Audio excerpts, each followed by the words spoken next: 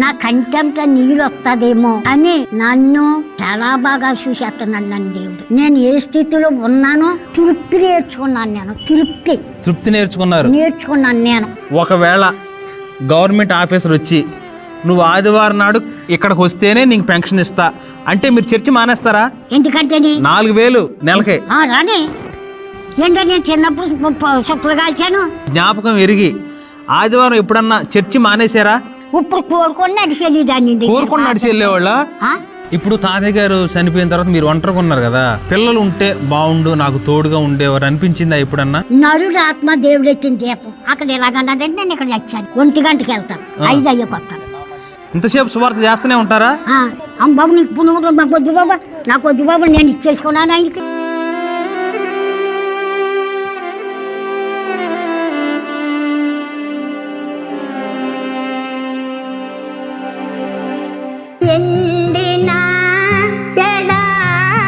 బ్రతుకులో నిందైన ఆశ నీవేగా యేసు, నిందైన ఆశ నీవేగా.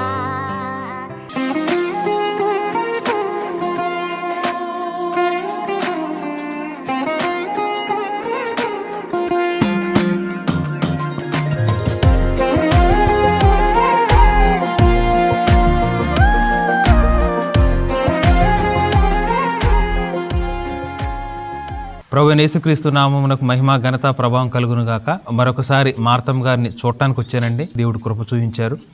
అయితే వారి మధ్య కొంత అనారోగ్యంతో ఉన్నారని మరి పక్కన సహోదరి చెప్పారు. ఇప్పుడు అయితే దేవుని కృపను బట్టి వారు బాగానే ఉన్నారు. పక్కన ఉన్నటువంటి సహోదరి పేరు రాజలక్ష్మి గారు. వారిని దేవుని మార్గంలోకి నడిపించింది మార్తమ్మ గారే. ఆ ప్రేమతో వారే అప్పుడప్పుడు మార్తమ్మ గారికి అన్ని పరిచర్యలు అంటే ఏదన్నా మరి ఆరోగ్యం బాగలేకపోయినా ఇలాగా చేస్తూ ఉన్నారనమాట. అందుని బట్టి వారికి నేను కృతజ్ఞతలు చెప్తా ఉన్నాను. వందనాలమ్మ. అయితే మార్తమ్మ గారిని మరి కొన్ని విషయాలు వారి భర్త గారు చనిపోయిన తర్వాత వారి జీవన విధానం ఎలాగుందో కొన్ని విషయాలు వారిని అడిగి మనం తెలుసుకుందాం. అమ్మా వందనాలు. ఎలా ఉన్నారు? బాబు దేవుని దయ వలన నేను బాగానే ఉన్నాను. ఇప్పుడు తాతయ్య గారు లేరు కదా, తాతయ్య గారు ఉన్నప్పుడంటే తాతయ్య గారు మీరు చక్కగా ఉండేవారు, తాతయ్య గారు ఏదో తెచ్చేవారు, మీరు తినేవారు. మరి ఇప్పుడేమో తాతయ్య గారు లేరు. తాతయ్య గారు లేకపోయినప్పటికైనా కానీ తాతయ్య గారి కంటే నన్ను ఇంకా నేను ఎలాగని కిందకి దిగిపోతే నాకు ఏదన్నా తగులుతే దాన్ని ఎంతగా బాగా చూసుకుంటున్నాడు దేవుడు. నన్ను ఎంతగా బాగా చూసుకుంటున్నాడు దేవుడు. నేను అంతా ఇంతాను కాదు, నా కంటంతో నీళ్ళు వస్తుందేమో అని నన్ను చాలా బాగా చూసేస్తున్నాడు నన్ను దేవుడు. నేను ఏ స్థితిలో ఉన్నానో తృప్తి నేర్చుకున్నాను. నేను తృప్తి నేర్చుకున్నాను నేను. ఇప్పుడేనేటి తాతయ్య గారు ఉన్నప్పుడు కానీ నేను తృప్తి నేర్చుకున్నాను. నేను ఏ స్థితిలో ఉన్నా ఆయన కృపను బట్టే ఉన్నాను. అంతేగాని నేను నాకు ఆరోగ్యం ఉందా, నేను పనిలోకి వెళ్ళాను, లేదా నాకు చేను ఉందా, గడ్డి గుడ్డు ఉందా, అది కాదు, ఆయన కృపను బట్టే ఉన్నాను. నీతో పోల్చుటకు సర్వేశా ఎవరు లేరు ప్రకాశ, శుద్ధి పాడుటకు యేసునాదా సలము 10,000 నాలుకలు, నీతో పోల్చుటకు సర్వేశా ఎవరు లేరు ప్రకాశ. నశించెను ఎండి బంగారము, లోకమాయలో గతించెను. నశించెను ఎండి బంగారము, లోకమాయలో గతించెను. ఇలువైనది స్థిరమైనది, ఇలువైనది స్థిరమైనది యేసునాథుని కృపవరమే, నీతో పోల్చుటకు సర్వేశా ఎవరు లేరు ప్రకాశ. ఇప్పుడు తాతయ్య గారు చనిపోయిన తర్వాత మీరు ఒంటరిగా ఉన్నారు కదా, పిల్లలు ఉంటే బాగుండు నాకు తోడుగా ఉండేవారు అనిపించిందా ఎప్పుడన్నా? నాకు పిల్లలు ఉంటే తోడుగా ఉంటుందని నాకు ఎప్పుడు అనిపించలేదు. కానీ బావు మానవుడి పద్ధతి ప్రకారంగా బిడ్డను పెంచుకుందామా అన్న మనసు నాకు వచ్చింది ఒకసారి ఎప్పుడో ఓ 20 ఏళ్ల క్రితం వస్తే నువ్వు బిడ్డను పెంచుకుంటే కుదరదు, మా ఆస్తి ఆ పిల్లకి వెళ్ళిపోతుంది అన్నాడు మా మామగారు. మీరు ఏమేం పనులు చేసేవాళ్ళు పొలం పనులల్లా? తాగి పొగాకు పొగాకెట్టు కూర్చోవాళ్ళు. పొగాకు సూదికి ఎంత పడుకుంటుంది సూదు. ఆ పొగాకు కొడతా నేను. మరి నువ్వు ఆశ్చర్యపడతావు, ఇవాళ మారటం లేదు, మా పొగాకు కుట్టే ఏమీ లేనట్టుంది అని చక్కని కీర్తన పాడేసేదని. పని చేసుకుంటే పని చేస్తా పాడేస్తున్నా. పొగాకు కొడుతున్నప్పుడు ఆ వాసనకే చుట్ట తాగబుద్ధి అవుతుంటగా. ఇప్పుడు అని అనిపించింది మీకు? ఏంటంటే నేను చిన్నప్పుడు సుట్టలు కాల్చాను. కాల్చారా? నాకు పొగాకు సుట్టలు కాల్చాను. చిన్న వయసు గిన్న వయసు అని కాదు, నాకు అది ఒకటే చెడ్డ అలవాటు. ఎప్పుడు వరకు కాల్చారు? ఎప్పుడు దాకా కాల్చాను? తాత కాపురం చేసుకుని దాకా కాల్చాను. ఎప్పుడు మానేశారు? చిన్నప్పుడు మొదలెట్టి పెళ్ళకోకుండా మొదలెట్టి. ఎప్పుడు మానేశారు? ఎప్పుడు మానేశానంటేనే ఓ రోజు చుట్టగా కాల్చేసుకుని నాలుగు కట్టి చేసుకున్నాను. దాంట్లో మానలేక ఆఖరికి ఎలాగైతే నాయన శుక్రవారం ప్రార్థనకి వెళ్తున్నాను, ఈ చెడ్డ వాళ్ళు అటు మానిపించి. సుమారు ఒక 30-40 సంవత్సరాలు అవుతుందా? ఏం 30 అండి, ఇంకా వెనక్కి ఇంకా వెనక ఒక 50 సంవత్సరాలు అవుతుంది మానేసి. ఇంకా నేను ఇప్పుడు చుట్టాగా మానేసేసి ఆర్ఆర్కే మూర్తి గారు వాక్యానికి మానేశాను. ఇప్పుడు ఆర్ఆర్కే మూర్తి గారు వాక్యం మళ్ళీ ఎప్పుడైనా తాగాలనిపించిందా? బాబా నా అమ్మగారు నీకు పుణ్యం ఉంటుంది, మళ్ళీ ఎప్పుడు తాగాల అనిపించలేదు. నేను దాని జోలికి వెళ్ళలేదు. ఎప్పుడైనా సినిమా హాల్కి వెళ్ళారా? సినిమాకి వెళ్తాం కానీ నలుగురు ఉన్నా కదా డాన్స్ చేస్తే అక్కడ నుంచుంటాం కానీ అన్ని వడంబడుకులు. నేను దేవునితో మొక్కుకుంటాం. నేను చెడ్డ అలవాటుకి వెళ్ళనని, సినిమాకి వెళ్ళనని, నా అంత ధనం ఎత్తే నేను వెళ్ళనని. ఓ రోజు నా పెంచుకోసి పాస్టరామ్ గారు అందే, అమ్మ లోకంలో సినిమాలు కాదు కదా నిన్ను చూడమంటట. ఓయ్ బాబో కరుణామళ్ళు అన్నం మూట కట్టుకుని మరి వచ్చేస్తున్నారు రాజమండ్రి చూడటానికి వెళ్ళాలి మారుతామని. అప్పుడు మొదలెట్టాను, నాయన కరుణామళ్ళి సినిమా అన్నం మూట కట్టుకుని వస్తున్నారట అక్కడికి, నేను చూస్తానని. కానీ నేను రాజమండ్రి వెళ్ళలేదు చూస్తాకే. వెళ్ళకోకుండా సీతారామం వచ్చా చూశాను నేను. ఆ సినిమా కానీ లోకం నాటికి కానీ గీటికి కానీ చూడను. మరి నేను టీవీ కాడికి వెళ్ళకోకుండాను ఇంత నిర్ణయానికి ఎందుకు వచ్చానంటే మధువు ఏనా చూసి వచ్చారు కోరుకుంటా. వాళ్ళు అన్నా చెల్లిలో చెడ్డ అలవాట్లు మానేయండమ్మా, టీవీ కూడా మీకు అనవసరమే, మీకు మిమ్మల్ని చూడొద్దని అంటలేదు అని అక్కడ 3 రోజులు రాత్రులు పొగులు. ఇక్కడ తాతయ్యకి ఇప్పుడు సోడ బియ్యం వండేసి ఇప్పుడు కోరుకొని నడిచి వెళ్ళేదాన్ని. నడిచి 10 కిలోమీటర్లు మళ్ళీ వచ్చేటప్పుడు సంవత్సరాలు అందరం మేము ఇంటికి వచ్చేటప్పుడు 2 అయ్యి అడుగు ఈ పిల్లలు అందరం. మరి మధు వీణ గారిది ఒక పాట ఉంది, పాడతారా?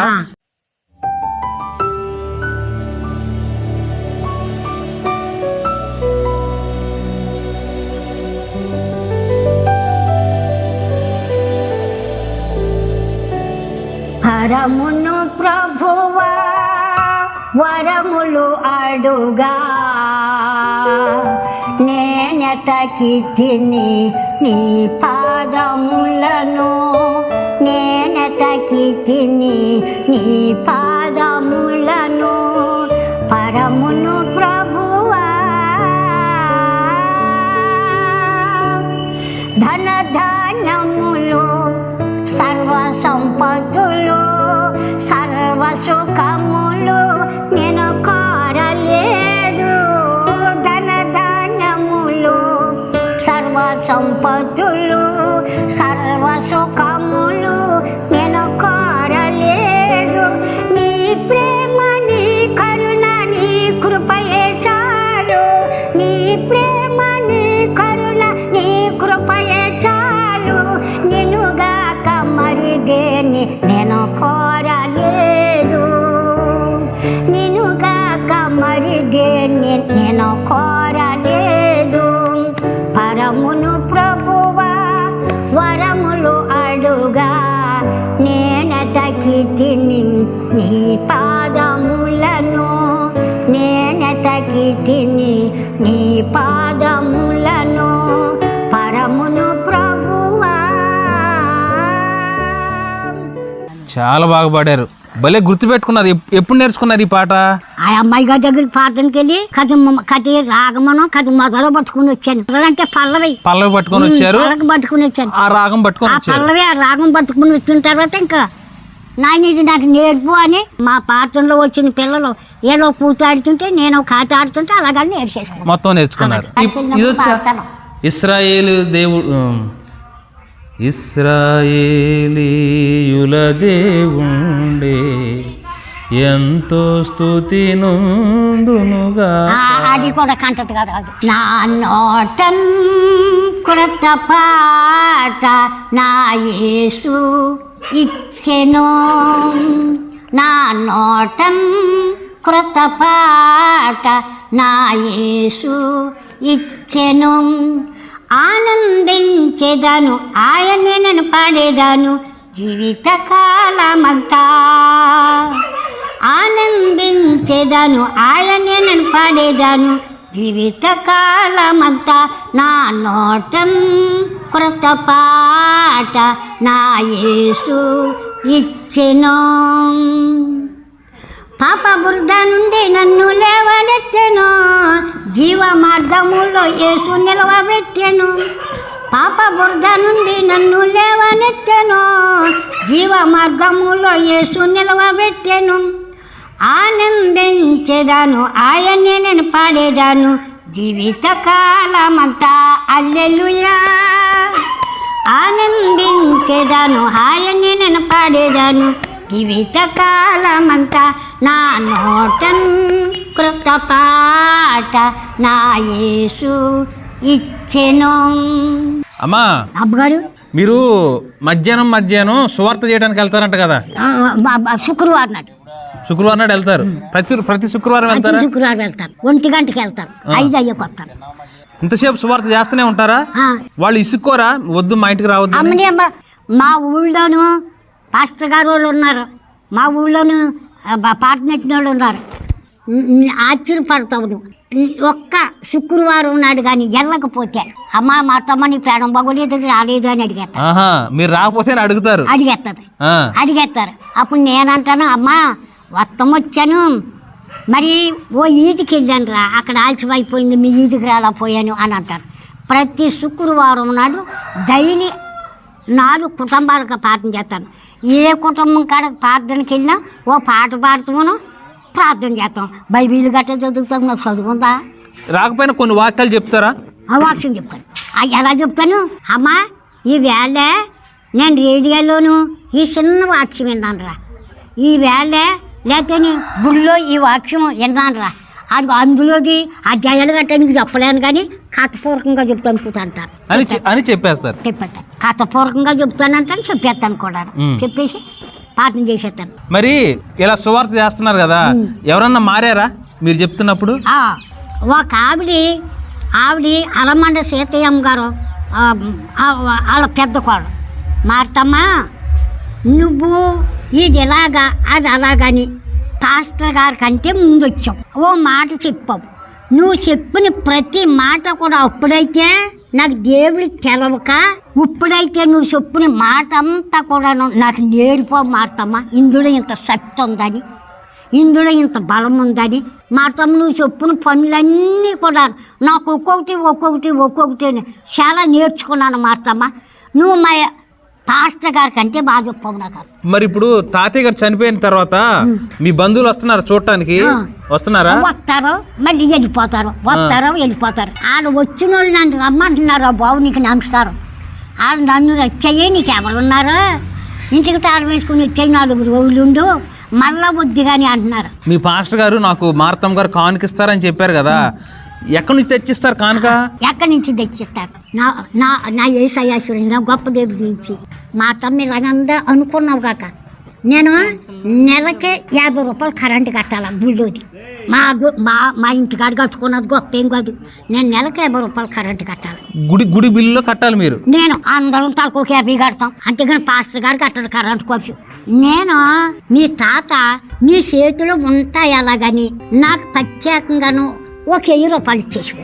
నేను ఈ కానుకలకు ఉపయోగపడుతున్నా కానీ 10 రూపాయలు ఇటు కలరస్కాయ తాగలేదయ్యా. ఎందుకు 10 రూపాయలు ఇటు కలరస్కాయ దగ్గర నా కానుకలకు చాలవని.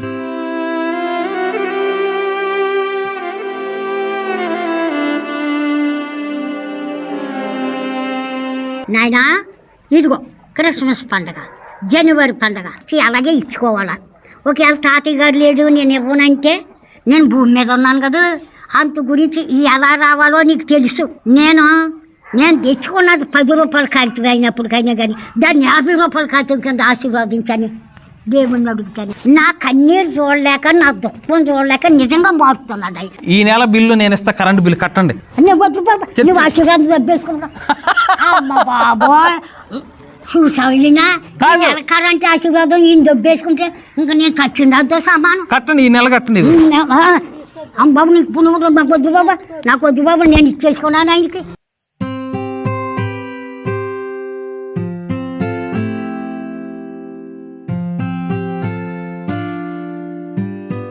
ఇప్పుడు అంత కష్టపడడం ఎందుకు, తీసుకోవచ్చు కదా డబ్బులు. వద్దు వద్దు, ఎందుకంటే మీరు నమ్మండి, నేను కరెంట్ ఎలా కడుతున్నానో 10 రూపాయలు పోయి 20 నెలకి, 20 పోయి 30 నెలకి, ఓ సంవత్సరం 40, ఇప్పుడు 50. నేను చచ్చేదాకా 50. ప్రతి నెల కడుతూనే ఉన్నారు. ప్రతి నెల కడుతున్నా. ఎప్పుడు లేకపోతే ఎట్లా చేతిలో? నా దగ్గర 50 రూపాయలు లేకపోతేనే నాకు లేవన్న సంగతి దేవునికి తెలిసింది. ఆ 50 రూపాయలు ఆయన ఎత్తాడు, ఎలా తెచ్చేస్తాడు అంత మటుకు నేను ధైర్యంగా చెప్తాను. మరి మా ఇంటికి వెళ్ళారండి. నేను ఏం చెప్తానో తెలుసా? ఎవరితోటి? దేవునితోటి. ఇవాళ నువ్వు నా దగ్గర ఉన్నావని, లేదా నువ్వు నాకు కనపడుతున్నావని అనుకున్నావు కాక నాయన, నేను ఎందుకు వచ్చిన దాన్ని, నేను ఎంత చదువుకున్నానో లేకపోతే ఎంత తెలివైందాన్ని విజయవాడ నుంచి ఆ పిల్లవాడిని ఎందుకు తీసుకొచ్చావు ఇక్కడికి? నువ్వు తీసుకొచ్చావంటే ఎన్ని రోజుల నుంచో నువ్వు ప్లాన్ మీద ఉన్నావు. నీ ప్లాన్ నెరవేర్చుకుంటా కానీ తీసుకొచ్చావు కానీ, లేకపోతే ఆ అబ్బాయి గారు పల్లెటూరు రాడు. నేనే చదువుకున్నానా? నేను పెట్టుకొచ్చి పాటను కాడికి వెళ్తాను, నేను క్రీస్తు పాటను కాడికి వెళ్తాను, నేను తెలిసి పాటను కాడికి వెళ్తాను, నేను లోదర్ మేసం పాటను కాడికి వెళ్తాను. ఎవరి పాటను కాడికి వెళ్ళినప్పటికైనా కానీ నాకు అవకాశం ఇస్తారు కాబట్టి ఓ కీర్తన పాడి నేను గుమ్మం దిగిపోతాం తప్ప, ఓసారి మిమ్మల్ని కారు మీద తీసుకెళ్తాం ప్రార్థనకి మాకు అన్నారు. బాబాయ్ నువ్వు తీసుకెళ్తానంటే నీ వెనకాల వచ్చేయండి. నేను ఇంచుమించును ఎల్లాలో ఎల్లక్కర్లేదని ఏకొరసను 15 రోజులు అడుగుతాను దేవుణ్ణి అడుగుతాను. అంతేగాని పిలిచినమ్మట్లు వెళ్ళొచ్చు కదా, వెళ్తే చక్కగా వెళ్తే చక్కగా భోజనం పెడతారు, మరి అందరు గౌరవిస్తారు, శాలువా కప్పుతారు. నాకు గౌరవిస్తాం గౌరవిస్తాం కాదు, నేను ముందే చెప్పాను నీకు, నేను ఏ స్థితిలో ఉన్నానో ఆయన కృపను బట్టే ఉన్నాను. నాకు ఇది చాలు. ఇప్పుడు కొంతమంది కార్లు తీసుకొచ్చి మీతో ప్రార్థన చేయించుకుంటున్నారు కదా, మీకు కొంచెం గర్వంగా ఉందా? మీకు అయ్యా అమ్మ బాబోయ్ గర్వం కానీ నేను కోరికలు కానీ అన్నాను అని అనుకో, నీతో చెప్తున్నాను కొత్త సంవత్సరం నేను ఇంకా డన్ నా లైఫ్ అయిపోతాడు. నరుడు ఆత్మ దేవుడు ఎట్టిన దీపం. అక్కడ ఎలాగన్నాడంటే నేను ఇక్కడ చచ్చాను, అక్కడ ఎలాగన్నాడంటే నేను చచ్చాను. ఆరు కారు కోసం వచ్చారా, కొత్త కారు కొనుక్కున్నారా, వాళ్ళు ప్రార్థన చేయమన్నారా, పొడవు కింద ప్రార్థన చేశానా, బావా నేను పాస్టర్ రమ్మన గేట్ రమ్మన కుటుంబం వచ్చారు, ఇంకొకరు కుటుంబం వచ్చారు, ఇంకొకరు కుటుంబం వచ్చారు. నేను ఏ కుటుంబం వచ్చినా కానీ నా గతాన్ని మర్చిపోతాను. ఎవరు వచ్చినా ఈ మాట అంటాను, పనికి మళ్ళీ దాని బావ నేను, విలువ లేని దాని బావ నేను, చదువు లేని దాని బావ నేను, ఏపాటి దాని బావ నన్ను ఎందుకు బావ ఇలా కనికరించాడు దేవుడు అంటాను. ఆ మాట అంటాను కానీ మా బాగా వచ్చారు నా గురించి నాకేడు బాబా పనికి మళ్ళీ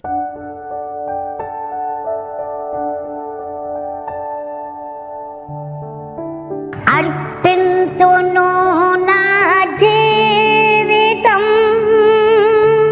చిరకాలము నీ కోసము,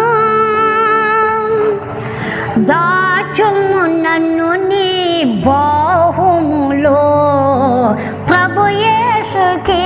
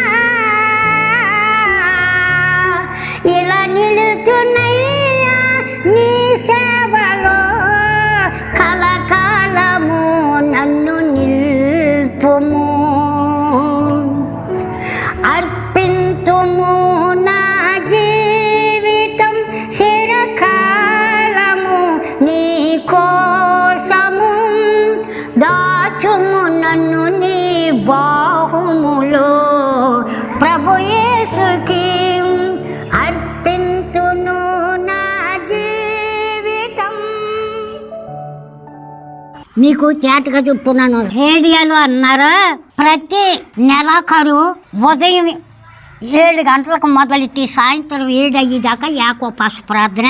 ఆ చర్చిలోను రేడియో వాక్యం చర్చిలోను, అది శ్రీకాకుళం ఆ చర్చు. అక్కడే ఆరాడికి ముత్తు గారి క్యాసెట్. పొద్దున్న 7 గంటలకు మొదలెట్టి సాయంత్రం 7 అయ్యేదాకాను 1500 జనం 2000 ఉంటారు. ఆ ప్రార్థనలో మీరు ఎవరైనా పాలు పప్పులు పంచుకుంటారా? ఎవరాలకు మాకు రాయింది అన్నాడు. నేను అంటానంటే ఇది కూకుని ఎవరాలకి రాత్రికి నాకు చదువు ఉందా ఇది ఉందా? నేను ప్రతి నెలాఖరు రోజున ఉపవాసం ఉంటాను. ఇదిగో నువ్వు విన్నావు కాబట్టి నువ్వు లయం చేయి అన్నాను దేవుడిని. ఎవరిని? దేవుణ్ణి. అదిగో ఆ నెలాఖరు ఉపవాసం ప్రార్థన నన్ను ఎంత కాడికి తీసుకొచ్చి ఈ నెలాఖరు ఉదయం మటుకుని సాయంత్రం దాకా ఉంటారు. ఆదివారం పూట మనోళ్ళు ఉదయాన్నే టిఫిను, మధ్యాహ్నం వచ్చినమ్మట్లోనే తినడానికి అన్నం కూర అన్నీ వండి కాస్త కూస్తో ఆలస్యంగా వెళ్తాం. మీరు అలాగే వెళ్తారా? చర్చికి ఆలస్యంగా వెళ్తారా? అమ్మ బాబోయ్, అయ్యి బాబోయ్, నీకు పుణ్యం ఉంటుంది బాబోయ్. అన్నం కూర వండేస్తాను, ఎక్కడ చక్క పెట్టేస్తాను, ఎక్కడ ఎట్టేసుకుని మేము ఆరాధనకి వెళ్ళిపోతాం. నేనే కాదు, నా సహోదరు కూడా. 1 గంట అయినా ఆకలి కొట్లాడడం ఇడిచిపెట్టేస్తే బాగుంది. పాతులు గారు వెళ్ళిపోయి కూడి తినేద్దాం మేము అలాగా. 2 అయినా కొట్లాడడం, 3 అయినా కొట్లాడడం. అక్కడే ఉంటారు. పైగాను ఇంక గుళ్ళకి వెళ్ళంటే లేగనండి. మంచినీళ్ళు కానీ మంచోడివా, ఎవరైనా ఇస్తానన్నా తాగను, మంచి ఎవరైనా ఇస్తానన్నా తాగను. మరి కొంతమంది సేవకులు గంటల తరబడి చెప్తారు కదా వాక్యం, 2 గంటలు 3 గంటలు. ఒకవేళ 2 గంటలు చెప్పారు అనుకోండి, వాక్యం 2 గంటలు చెప్తే మనసులో అనుకుంటారా ఇంక వదిలిపెడితే బాగుండని? ఇంకా మనసులో ఇడిచిపెట్టేస్తే బాగుండు అని అనుకుంటే ఇంకా నా శ్వాసం ఏమన్నదండి. ఇడిచిపెట్టేస్తే బాగుండు, ఇంటికి వెళ్ళిపోదును అని అనుకుంటే ఇంకా నా శ్వాసం ఈవేళ ఇలాగుంది నడిపింపు అంత గురించి ప్రార్థన అయ్యాకే వెళ్తాను నేను అని అంటారు. అంతే, నడిపింపు బాగోదు. ఆ నడిపింపు ఎవరు? దేవుడు. పాటలు కాదేటి. ఎప్పుడన్నా మీకు జ్ఞాపకం ఎరిగి ఆదివారం ఎప్పుడన్నా చర్చి మానేశారా? నేను ఆదివారం నాడు కనీసం మా కుటుంబాల్లోనూ నా రక్త సంబంధుల్లోనూ ఏదన్నా సమర్థ కానీ ఏదన్నా కార్యక్రమం వచ్చిందనుకో, లేకపోతే పాదురుగా దినమే వచ్చిందనుకో, ఆదివారం నాడు అమ్మ మీ వదిన గారు రక్షణ పొందుకుందే, ఆదివారం నాడు వచ్చింది దినమా ఆ బైబిల్ మిషన్ పాస్టర్ గారు అన్నారు. మా సొంత వదిన గారు కేసారారు. బాబా మీకు నమస్కారం, ఆ బైబిల్ మిషన్ పాస్టర్ గారు గట్ట కాదు, అది నాకు అక్కర్లేదు. ఆదివారం ఆరాధన ఉంటుంది, ఆదివారం ఏమో నడిపింపు బాగుంటుంది. బాబు దినం లేదు కదా, గుడ్డి లేదు బాబా, నేను చచ్చిపోయిన రోజు వెళ్ళాను కదా, నేను వెళ్ళను బాబా అలాగని గొమ్మ లేదని. ఇప్పుడు మీకు గవర్నమెంట్ ఇచ్చే పెన్షన్ రావట్లేదు. ఒకవేళ గవర్నమెంట్ ఆఫీసర్ వచ్చి నువ్వు ఆదివారం నాడు ఇక్కడికి వస్తేనే నీకు పెన్షన్ ఇస్తా అంటే మీరు చర్చి మానేస్తారా? చర్చి మానం, అది పెన్షన్ మానేస్తా. పెన్షనే మానేస్తారు, చర్చి మానం. గ్యారెంటీ ఎందుకంటే 4000 నెలకే రాని 4000 ఒక్క పూట మానేసి ఇటు వెళ్ళండి, పెన్షన్కి వెళ్ళండి. ఇప్పుడు ఎంతకనే సైతాన్ గారి జాయిగా నన్ను పెన్షన్ కాడకులు అవుతాడా? ఇంకా సైతాన్ గారి జాయిగా పెన్షన్ కాడకులు అయితే ఆ పెన్షన్ ఉంచుకున్న తర్వాత అది తినకోకుండా తెచ్చాను, ఆ పెన్షన్ ఉంచుకున్న తర్వాత అది తినకోకుండా తెచ్చాను. ఇస్తే ఇస్తాడా? ఏ బాపోతాడు. ఆదివారం గుడి మానం. అనారోగ్యం ఉన్నప్పుడు తాతయ్య గారు ఉన్నప్పుడు అనారోగ్యంగా ఉన్నప్పుడు ఒక ఆదివారం దొంగతనం చేశాను. నీరుడు ఇంక చెప్పలేను. 2 దుప్పట్లు వేసి కప్పెట్టినాని చలి చేరతలేదు, అంత జ్వరం వచ్చేసింది. గుమ్మం దిగలేకపోతున్నాను. అవుటికి రాలేదనుకో ఇంకెక్కడే మంచం ఇక్కడే. నేను ఆ రోజుని దొంగతనం చేశాను, ఎందుకంటే నా అనారోగ్యం గురించి. దొంగతనం చేసి ఏమన్నా నేను నవ్వబోవా దేవుడితోటి, నాయనా నేను నీ ఆలయం కాడికి రాలేకపోయానయ్యా, అయ్యా నీ సన్నిధానం కాడికి రాలేకపోయానయ్యా, అయ్యా నేను ఎందుకు రాలేకపోయానో నీకు తెలుసు కదయ్యా, అయ్యా ఎందుకు రాలేకపోయానో నీకు తెలుసు కాబట్టి నేను నా కన్న తండ్రి నీకు వందనాలు ప్రభా. ఇదిగో ఈ ఆదివారం నాడు నేను రాలేనందుకు గాను నన్ను క్షమించు నాయన, నీ పాదాలు పట్టుకున్నాయన. నువ్వు నన్ను క్షమించకపోతే నేను బతకలేరు నాయన, ఇక్కడ నేను బతకలేరు నాయన.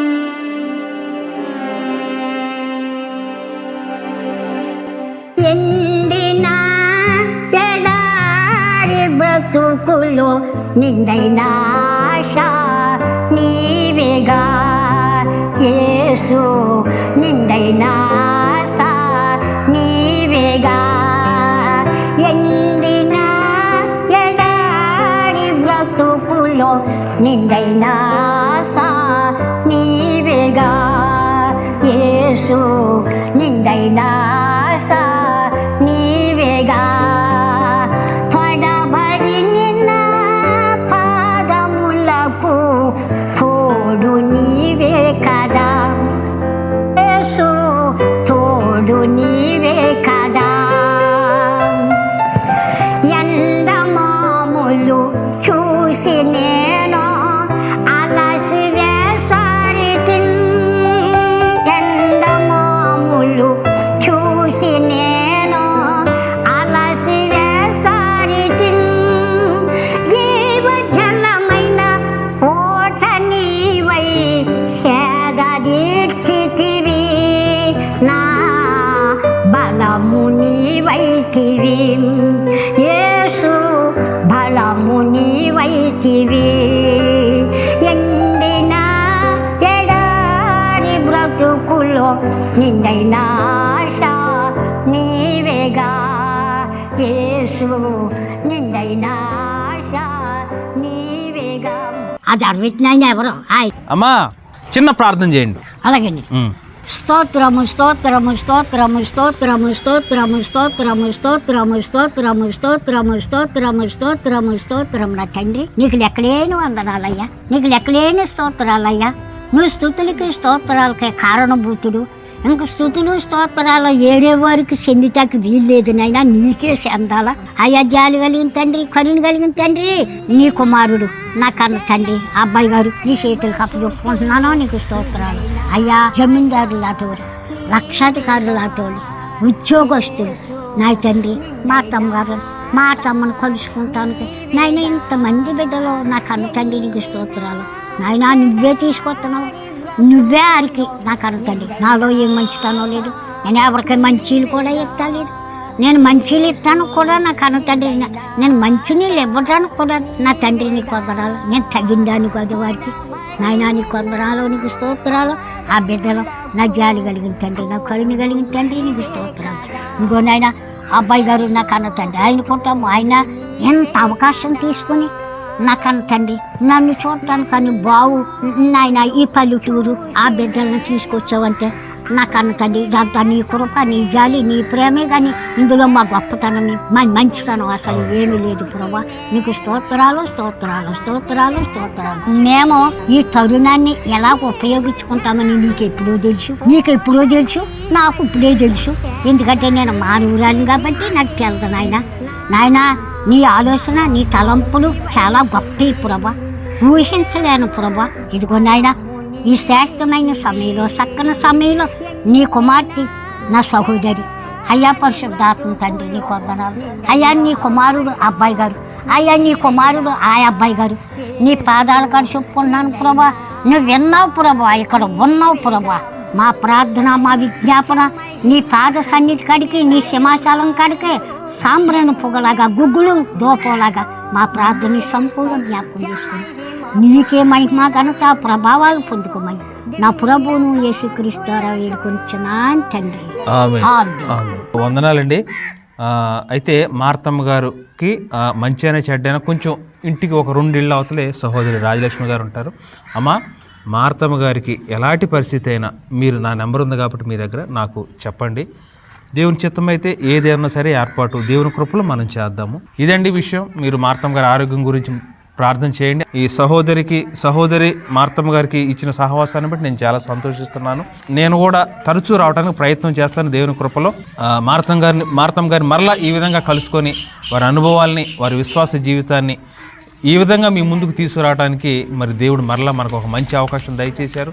ఈ మాటలు విన్న మనం అందరం కూడా వారికి ఉన్న విశ్వాసంలో కొంతైనా మనం నేర్చుకోవడానికి ప్రయత్నం చేద్దాం దేవుని కృపలో. మరి శ్రేష్టమైన సమయాన్ని మనకు అనుగ్రహించిన దేవునికి, అలాగే మనతో ఉన్నటువంటి మార్తమ్మ గారి సహోదరి రాజలక్ష్మి గారికి మరి వందనాలు చెల్లిస్తూ ఉన్నాను. వందనాలు మీకు కూడా వందనాలు. Praise the lord. మాట ఇచ్చి తప్పుటకు మనిషి కాదమ్మా, మౌనముగా నుండుటకు రాయి కాదమ్మా, మరచిపోవుటకు ప్రభుకి మరుపు లేదమ్మా, విననేరక ఉండుటకు విసుగురాదమ్మా. మాట మరచి తప్పుటకు మనిషి కాదమ్మా, మౌనముగా నుండుటకు రాయి కాదమ్మా. మరచిపోవుటకు ప్రభుకి మరుపు లేదమ్మా, విననేరక ఉండుటకు విసుగురాదమ్మా. గురుతేనమ్మా నీ స్థితి, గురుతేనమ్మా ఎరుకేనమ్మా నీ వెతలెరుకేనమ్మా. నీవంటే నీ తండ్రికి ప్రేమేనమ్మా, తన చేతులలో నీ రూపం చెక్కాడమ్మా. నీవంటే నీ తండ్రికి ప్రేమేనమ్మా, తన చేతులలో నీ రూపం చెక్కాడమ్మా.